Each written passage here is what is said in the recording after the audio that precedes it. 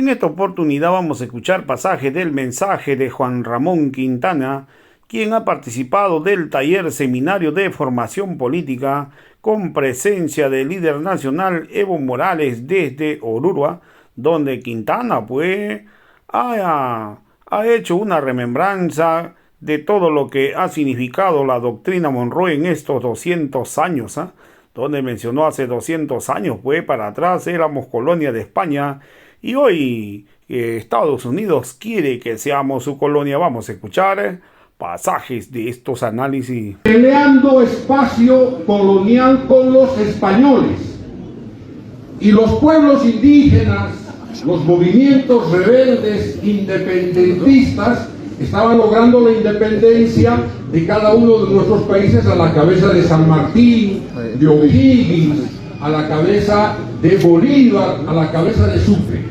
Fíjense, Europa distribuyéndose el mundo, América Latina liberándose de la colonia española y Estados Unidos lo que estaba planteando era extenderse territorialmente, porque cuando llegaron los colonos de Inglaterra a fundar, digamos, Estados Unidos, se apropiaron de la costa del Atlántico y ellos veían que necesitaban expandirse territorialmente.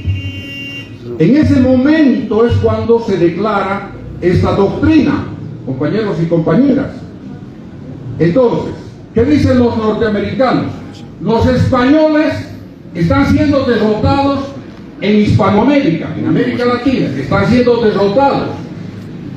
Los países se están independizando de las colonias españolas. Aprovechemos este momento para empujar a los españoles para que terminen de irse y nos apropiaremos ahora de América Latina. Entonces, de la noche a la mañana, nosotros pasamos de ser colonias de España a ser colonias de Estados Unidos. Pero eso requería una formulación geopolítica. ¿Cuál fue la formulación geopolítica? La doctrina Monroe. El presidente de Estados Unidos dijo, el 2 de diciembre de 1823, a un año de llevarse adelante la batalla de Ayacucho, que de alguna manera ya nos dio la independencia al Alto Perú. Entonces en ese momento el presidente Monroe dijo, bueno, antes de que estos países que se están independizando adquieran autonomía, fortalezcan su independencia, antes de que cultiven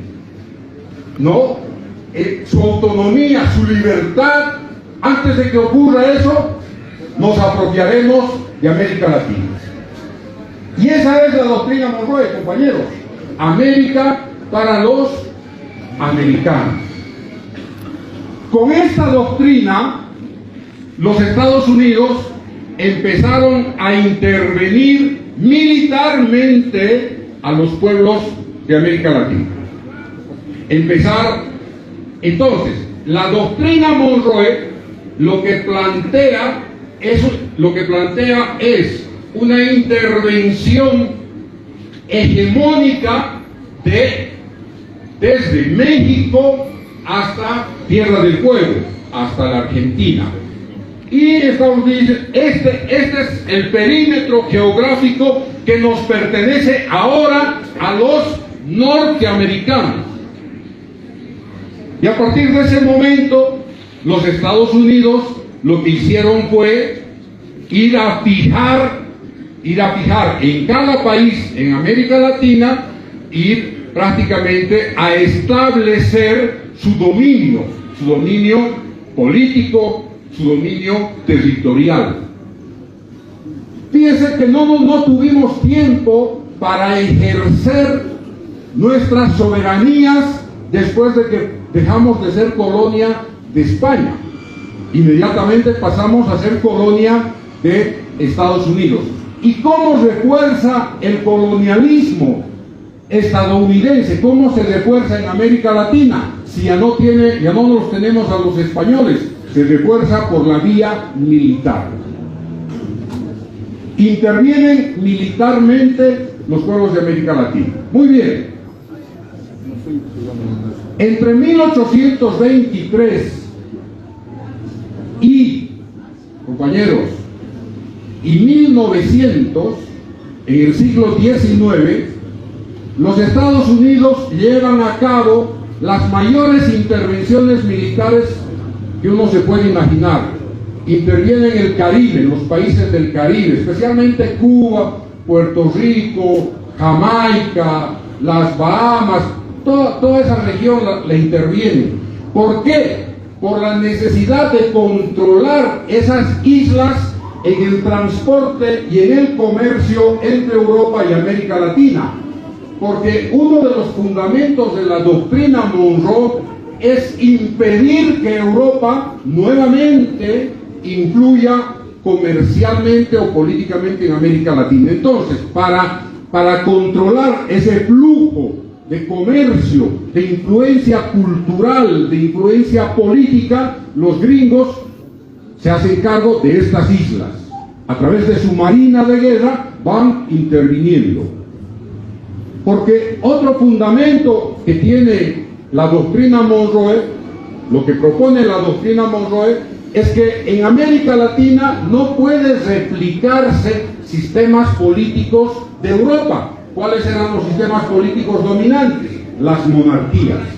Entonces, Estados Unidos dice, en nuestro patio trasero no pueden haber europeos, no puede establecerse monarquías, y además hay que recortar el comercio, porque a partir de ahora la producción de la manufactura, de la industria de los Estados Unidos tiene que llenar los mercados de los pueblos de América Latina para que tengamos mayor influencia.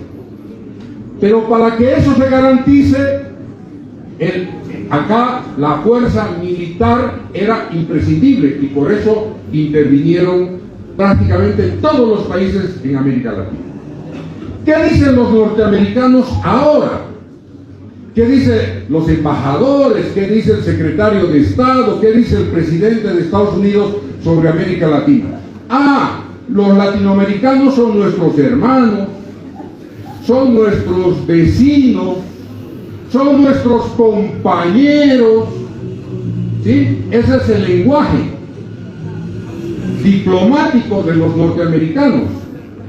Y sin embargo, se olvidan que durante todo el siglo XIX, y después vamos a ver durante el siglo XX, se olvidan que nos intervinieron militarmente, que se robaron nuestros recursos naturales, que masacraron a los pueblos indígenas, que intervinieron los gobiernos, las nuevas repúblicas nacientes del Caribe, de Centroamérica y de Sudamérica. Y entonces, ¿dónde está la amistad?